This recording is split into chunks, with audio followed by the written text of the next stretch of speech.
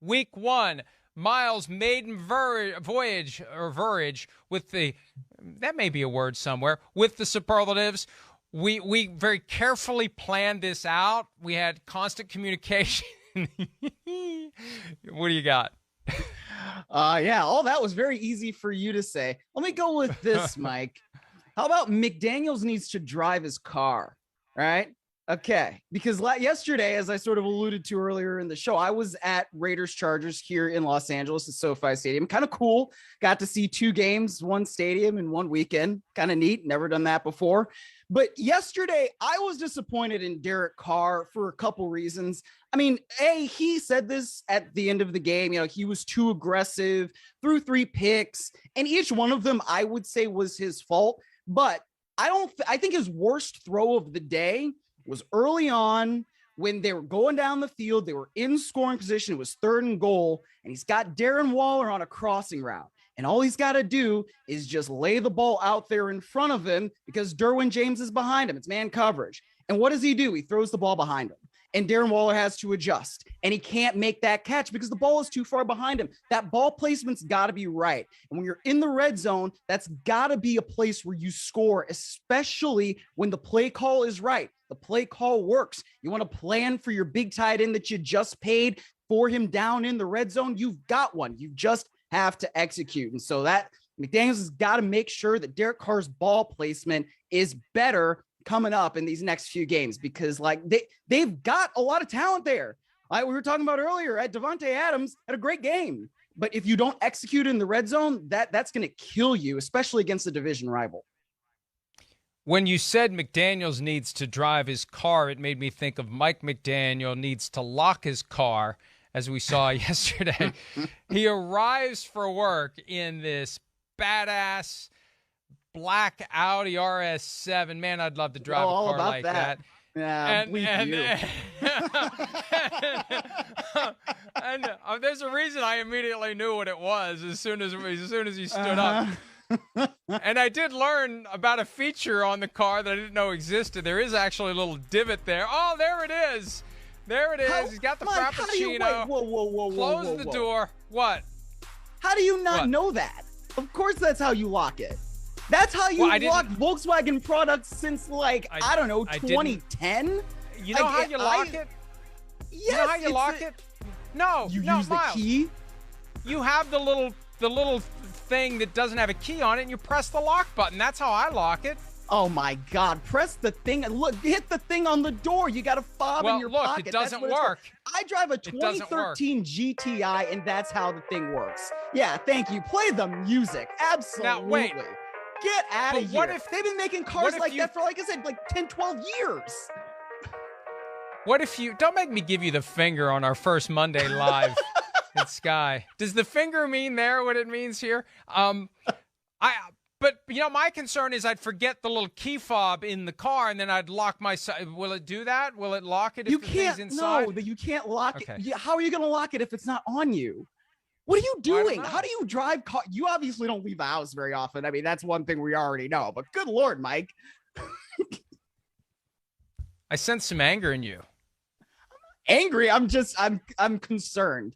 I'm concerned, frankly. I was trying to think of a good Star Wars quote, but I don't know Star Wars enough to do like the force is strong or let your anger, whatever that.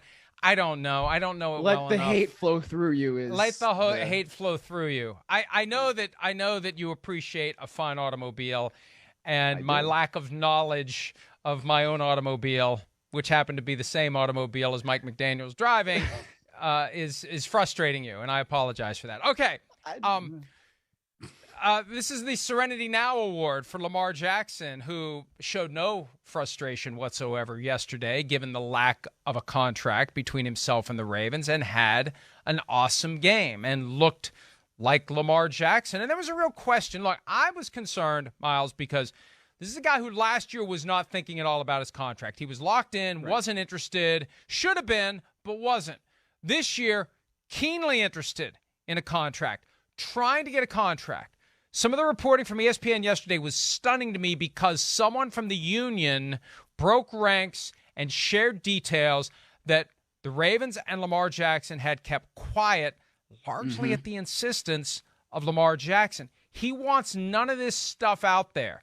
My guess, he's pissed that it was put out there. Once he figures out what happened, he was playing football yesterday. He kind of isn't in position to go down the rabbit hole and understand how it all got out. It got out because someone from the union who was helping him with this deal let it out there. And I'll just say this. The union has a bias. The union has an agenda. And I'm not one of these folks. There's so many people in the media that will criticize the union because agents will feed them these hot takes and they can't think for themselves, so they just parrot whatever the agents say. I will understand the dilemma that the union has when it's time to negotiate a CBA. You got rank and file that don't want to go on strike, that want their game checks, that aren't engaged. You're doing the best you can with a bad situation when you're negotiating a CBA. However, the union has a clear bias to try to get more and more of these fully guaranteed contracts, and they're telling Lamar to hold firm. I think Lamar should have taken the best offer, and he needs someone advising him who has no bias whatsoever. The union has a clear bias. J.C. Tretter, the union president, wrote an essay after the Deshaun Watson deal saying everyone needs to try to get fully guaranteed deals. Based upon what was reported yesterday and some other stuff I've heard, he should have taken that offer, and the union should have been telling him to take that offer. Because if it all blows up on Lamar, Myles, the union's not going to be there to give him the money that he walked away from. No, they're not. And, it's easy to say like, oh, don't take that when it's not your money, right? And, you do have an agenda and you're trying to make sure that everybody can get more guaranteed deals or this and that. And it's not necessarily what's in the one player's interest, but in everybody's player interest, right? And that's kind of what they're trying to do, which I understand. But like you said, it's not like he has somebody who is experienced in negotiating these kinds of contracts in his corner, negotiating it for him, that can give him the perspective of somebody who, again, has negotiated these things and really understands what the best offers are, what they look like, what the rest of the market might look like for him as well. So yeah, that makes a huge difference. Give me one more superlative. Usually on Mondays, we'll have time to get to more, but let's squeeze in one more. What do you have? Okay. Well, because this is week one and I kind of just want to go back to Thursday night since, again, I was there. Let's just say all aboard the hype train for the Buffalo Bills. Choo choo, right? You keep talking about, Mike, oh my gosh, are they going to be able to handle the pressure? Everybody thinks that they're this and they're that. They went out there and they kicked the Rams' ass. They were great. They were dominant, especially late in that game. You go look at Josh Allen and what he was able to do on those long throws to Davis and to Diggs. And, Diggs talking to him after the game just goes, yeah, Josh Allen's got that dog in him, man. And I love it when guys say that. Look at him. I mean, the way he was able to play, stiff arming Nick Scott to the ground. My gosh.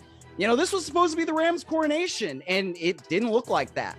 The Bills looked like we thought that they would look, right? They look dominant. And so they've got to get that consistency that they didn't necessarily have over the course of last year's regular season, right? We talked about this before. They lost 9-6 to the Jacksonville Jaguars. Like, what in the world was that? It's one of those weird results, right? But I mean, look, when you see him throwing those things to Stephon Diggs and he's stumbling and he still makes a catch, the Bills are all right, man. Bills are all right.